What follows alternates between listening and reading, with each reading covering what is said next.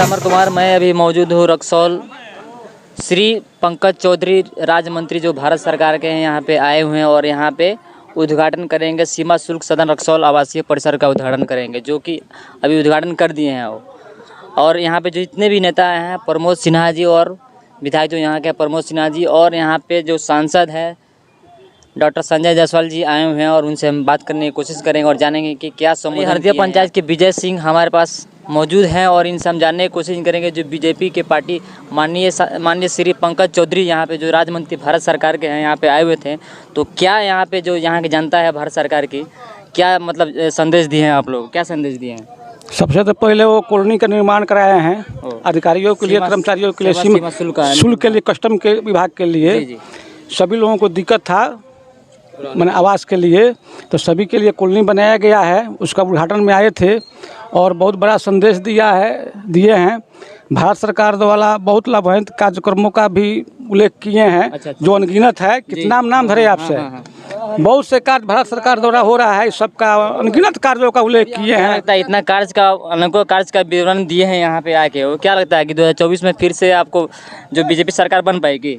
एकदम बन पाएगी, भारी बहुमत से बन पाएगी, इसमें कोई संदेह नहीं है। अच्छा। आपको कैसा लगता है? नहीं, हमको नहीं है, आपको बताना है। नहीं, मीडिया बंधु को कैसा लगता है? नहीं, हम नहीं बता सकते क्या, हमको कुछ नहीं लगता है। तो ये जान लीजिए, पूर्ण बहुमत से, 2/3 बहुमत से मोदी जी की सरकार, भाजपा की सरकार पूरे भारत में बनने जा रही है। जी विजय जी, बहुत और इस साल तो हम लोगों ने 10 लाख करोड़ का कहीं ना कहीं इंफ्रास्ट्रक्चर का बजट देने का काम किया है, क्योंकि जब तक देश में इंफ्रास्ट्रक्चर नहीं होगा तब तक देश की तरक्की नहीं होगी। अभी संजय जी जो जिक्र कर रहे थे कि ये ओवरब्रिज बनाने का 55 दिन का समय लग रहा, ये उसी का है। और 9 साल में केवल इंफ्रास्ट्रक्चर ही नहीं दिया देश के लिए प्रधानमंत्री ने। इस देश में कहीं ना कहीं गरीबों की बात सब करता है। उन गरीबों को भी सुविधा देने का काम हमारी सरकार ने किया कि जो 65 वर्षों से उन सुविधाओं से वंचित रहते थे और बिना किसी भेदभाव, न जात देखा, न धर्म देखा, न वोट देखा, क्योंकि प्रधानमंत्री जी का मानना है कि देश आगे तभी बढ़ सकता है जब देश का हर व्यक्ति सुविधा संपन्न हो जाएगा, चाहे वो किसी जात का हो, चाहे किसी धर्म का हो। और यही कारण है कि अगर आप देखें तो आप कल्पना करिए कि आप कभी सोचे थे कि 65 साल के बाद भी जहां पर पानी, बिजली, सड़क, गैस कनेक्शन मकान लोगों तक नहीं पहुंचा था, इस 9 साल में प्रधानमंत्री जी ने पहुंचाने का काम किया है बिना किसी भेदभाव। आज हम राष्ट्रीय स्तर पर भी अगर देखें तो कहीं ना कहीं भारत का गौरव बढ़ाने का काम प्रधानमंत्री ने किया है। अभी G20 का सम्मेलन हुआ है जिसकी अध्यक्षता भारत ने किया है, और G20 के इतिहास में पहली बार हुआ है कि भारत ने प्रस्ताव जो रखा सर्वसम्मति से सभी राष्ट्रों ने उसको स्वीकृति प्रदान किया। G20 में पहली बात है हुआ, हम सबके लिए गौरव का विषय। प्रधानमंत्री जी देख रहे जहां गरीबों की चिंता कर रहे हैं, वहीं पे इंफ्रास्ट्रक्चर पे भी फोकस कर रहे हैं। दुनिया में भारत का गौरव कैसे बढ़े उसको भी करने का काम कर रहे हैं। अभी कोविड के काल में आप देखें कि कोविड के काल में आप कल्पना करिए कि देश के प्रधानमंत्री अगर नरेंद्र मोदी ना होते तो इस देश का क्या होता, क्योंकि कोविड फैलने वाली बीमारी थी और हमारे देश की आबादी 140 करोड़ है। 140 करोड़ है। पूरा दुनिया भी हैरान था कि भारत कैसे इसको संभालेगा। और भारत की जो पहचान थी कि जिस देश में पोलियो का वैक्सीन भी बनाने में हमें 60 साल लग गया, हमें बाहर के सहारे विदेश के भरोसे रहना पड़ता, लेकिन देश के प्रधानमंत्री ने अपने देश के वैज्ञानिकों पे, अपने देश के डॉक्टरों पे विश्वास किया, संसाधन दिया, सुविधा दिया।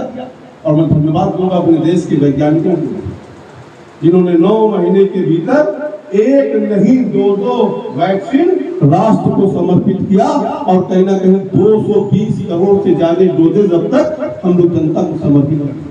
और इतना ही नहीं, भारत की जो पहचान मांगने वाली देश की थी, वसुधैव कुटुंबकम के नारे के आधार पर हमारे प्रधानमंत्री जी ने 100 देशों को मुफ्त में वैक्सीन दे करके उनकी मदद करने का काम, अपने नारे को चरितार्थ करने का भी काम किया।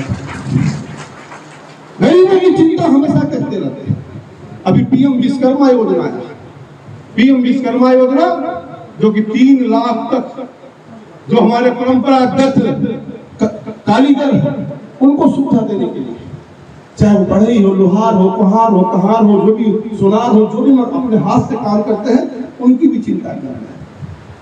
मैं धन्यवाद दूंगा संजय जायसवाल क्योंकि प्रधानमंत्री जी की बहुत ही महत्वाकांक्षी योजना और दुनिया की सबसे बड़ी स्वास्थ्य बीमा योजना है जो 50 करोड़ से ज्यादा लोगों को कवर कर रही है और वो सुविधा प्रदान कर रही है कि गरीब भी हमारा देश के किसी भी बड़े हॉस्पिटल में जाकर के 5 लाख तक का परिवार का कोई भी सदस्य मुफ्त में इलाज कर सकता है। इससे बड़ी सुविधा और क्या होगा। वो भी योजना कुछ समय से राजनीति के मत्थे चढ़ कार्ड नहीं बन रहा।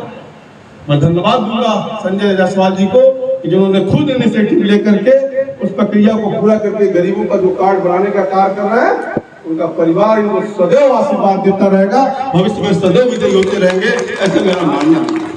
मेरा कहने का तात्पर्य मित्रों कि प्रधानमंत्री जी भारत को नंबर 1 बनाने की चिंता कर रहे हैं। जब 14 में आए थे तो भारत की स्थिति 10वीं थी अर्थव्यवस्था के मामले में। आज दुनिया में हम 5वें स्थान पे पहुंचे। 2027 में प्रधानमंत्री जी का लक्ष्य की 3रे स्थान